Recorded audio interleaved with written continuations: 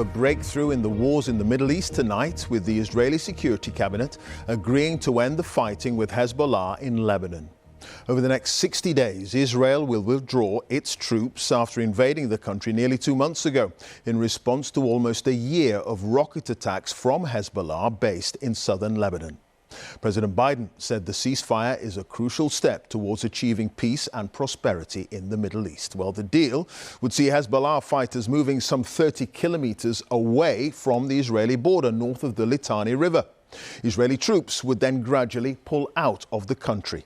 A UN force would remain in the south, and over time there'd be an increased Lebanese military presence there too. In a moment, Hugo Buchega will have the latest from Beirut after a day of intense Israeli airstrikes ahead of the ceasefire announcement.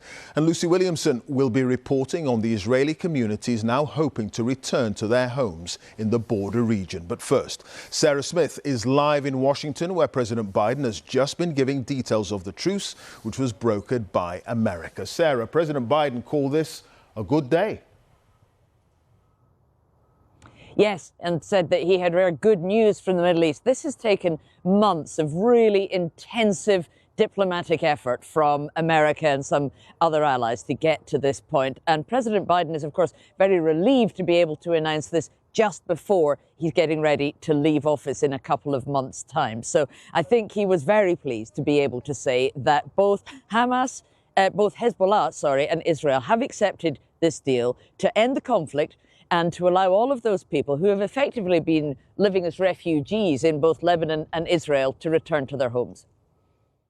Effective at 4 a.m. tomorrow local time, the fighting across the Lebanese-Israeli border will end. This is designed to be a permanent cessation of hostilities.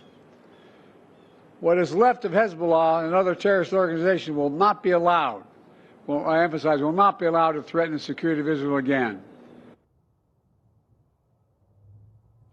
So what the deal will involve is Hezbollah moving its forces north about 30 kilometres and having to remain there while the Israeli army pulls out south back into Israel proper. And that will be policed by the Lebanese Army and other international allies.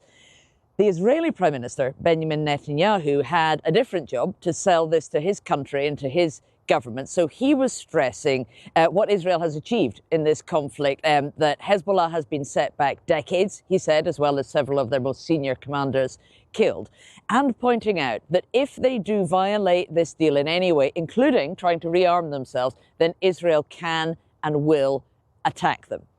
Now, it was really interesting when President Biden was speaking here at the White House just not that long ago. He also said that he now wanted to make another serious push, to achieve a peace deal in Gaza. He's got 2 months left in office, but he thinks it's worth entering those talks now in order to try and do that.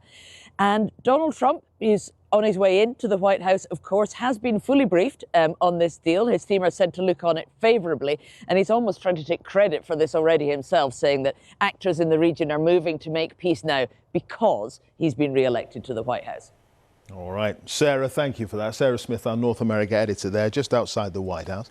Well, as you heard Sarah say there, it's hoped the ceasefire deal will see many tens of thousands of civilians on both sides return safely to their homes in the border region. Lucy Williamson has been to northern Israel to speak to some of those who left their homes.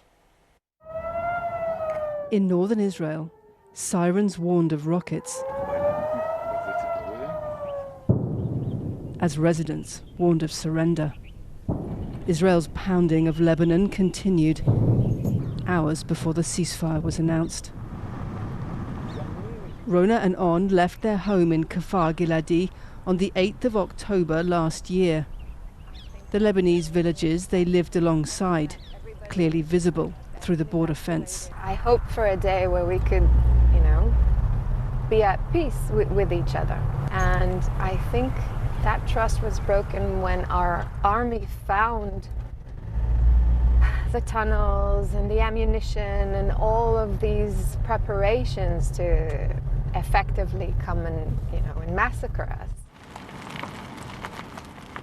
Their house and community empty for more than a year. Okay. I'm sorry about the mess. It's just we put everything inside. A ceasefire deal is meant to get them permanently back home, but it could mean their Lebanese neighbours returning too. Apart from completely erasing these villages and having no people here, there is no real physical thing that can make me feel safe. It's just, you know, hope. Israel's leader has achieved many of his war goals in Lebanon. These Lebanese border villages now empty, controlled by Israeli forces. But there are also compelling domestic reasons for ending this war, like getting residents on this side of the border back home. Israel's forces are tired and its economy is suffering. But Hezbollah, damaged but intact, is still fighting. And some ask why their prime minister, fighting a much weaker enemy in Gaza, is signing a ceasefire in the north. Lucy Williamson, BBC News, Northern Israel. Well, that ceasefire will begin in the early hours of tomorrow morning. But earlier today, before the announcement, Israel launched extensive airstrikes on Beirut's southern suburbs, as Hugo Bachega now reports. As Lebanon waited for a ceasefire, the war didn't stop. The most intense Israeli bombardment of Beirut in this conflict. The Israeli military said these were Hezbollah facilities. Here, it gave a warning before attacking. Here, in central Beirut, it didn't. This building collapsed.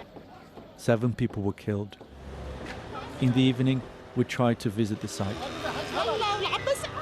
But we were caught up in another wave of Israeli airstrikes. So there has been an attack now. There has been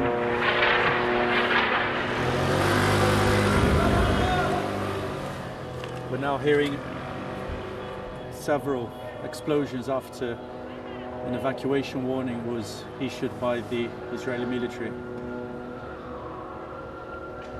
We've been trying to get to the site of one of the attacks, but we've been told that the site had been evacuated because of those warnings.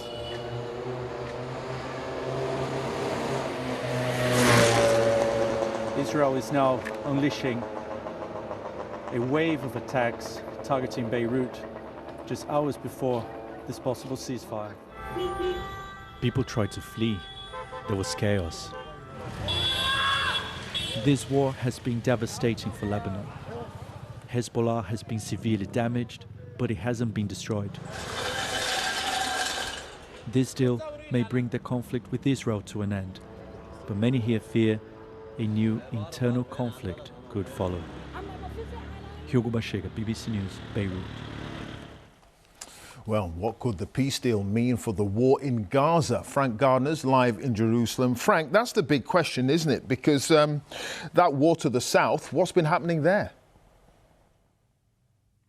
Well, that is, of course, now once again the core conflict in the Middle East. And you know, Clive, I think it really depends on whether you see the glass as half full or half empty. Because optimists would say, look, if you can do a deal for Lebanon, you can do one for Gaza. And it wasn't that long ago that Antony Blinken was in London, the US Secretary of State, saying we are 90% of the way there. It's just the last 10%. But pessimists are saying, well, you know what, this is going to make it even harder. And Israel is now going to redouble its military efforts on Gaza. The conflict continues. I think the sticking point here is that for Hamas to release those hostages and sign a peace deal, they want to see some undertaking that Israel is going to withdraw its forces from Gaza and stay out.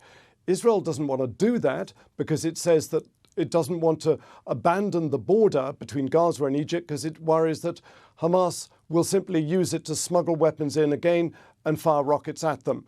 They've got to try and get through this. Qatar, the big mediator, recently withdrew from mediating, saying the two sides need to get closer to have some common ground. We're not there yet, but it's still a doable deal.